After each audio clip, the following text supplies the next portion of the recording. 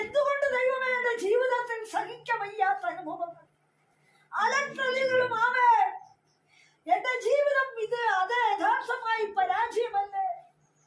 ഞാൻ വഹിക്കുന്ന ഭാരം എത്ര വലുതാണ്. എന്റെ ശരീരത്തിന് പൂർണ്ണമായ ഒരു സ്വസ്ഥത ഇല്ലല്ലോ. പല വിധത്തിലുള്ള ആദികളാൽ നിറയുന്നില്ലേ? എന്നാൽ പരിശുദ്ധാത്മാവ് ഇന്നും പകൽക്കാലം പറയും, മകളെ നീ ഭയപ്പെടണ്ട. നിന്നെ കണ്ട ഒരുവനത്ര ഇവിടെ കൊണ്ടുവന്നു. നിന്നെ അവൻ വിളിച്ചിരിക്കുക. അവന്റെ വാക്കിനെ നീ കേട്ട് ഉറപ്പുള്ളവളായി, കുലുങ്ങാത്തവളായി, ഭയപ്പെടാതെ അവനു വേണ്ടി നീ നിൽക്കുമെങ്കിൽ, നീ പുതുതായി അവന്റെ മേൽ ആശ്രയിച്ചവനോട് അടുത്ത് ചെല്ലുമെങ്കിൽ, ഒരു അത്ഭുത പ്രവൃത്തി ഈ ദിവസം തന്നെ നിനക്കായി ഒരുക്കപ്പെടും. യേശുവിന്റെ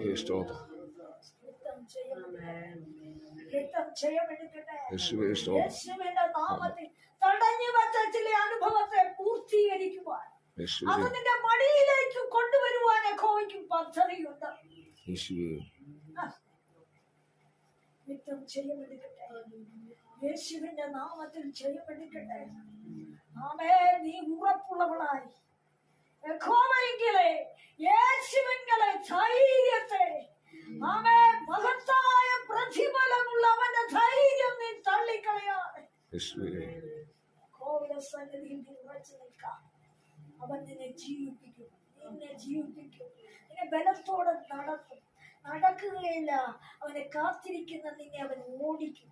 യേശുവിന്റെ നാമത്തിൽ എങ്ങോട്ട് ഉയർച്ചയിലേക്ക്, അനുഭവത്തിന്റെ പൂർത്തിയിലേക്ക്, തൃപ്തിയിലേക്ക്, സന്തോഷത്തിലേക്ക്, വിടുതലിലേക്ക് അവൻ നിന്നെ ഓടിച്ച് കയറ്റുമെന്ന്.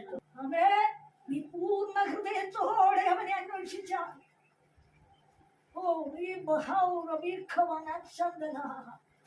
ഏറ്റവും ചെയ്യാമെടുക്കട്ടെ.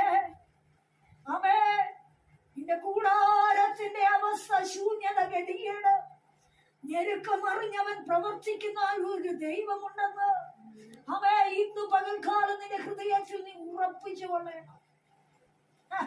ഏറ്റവും ചെയ്യാമെടുക്കട്ടെ.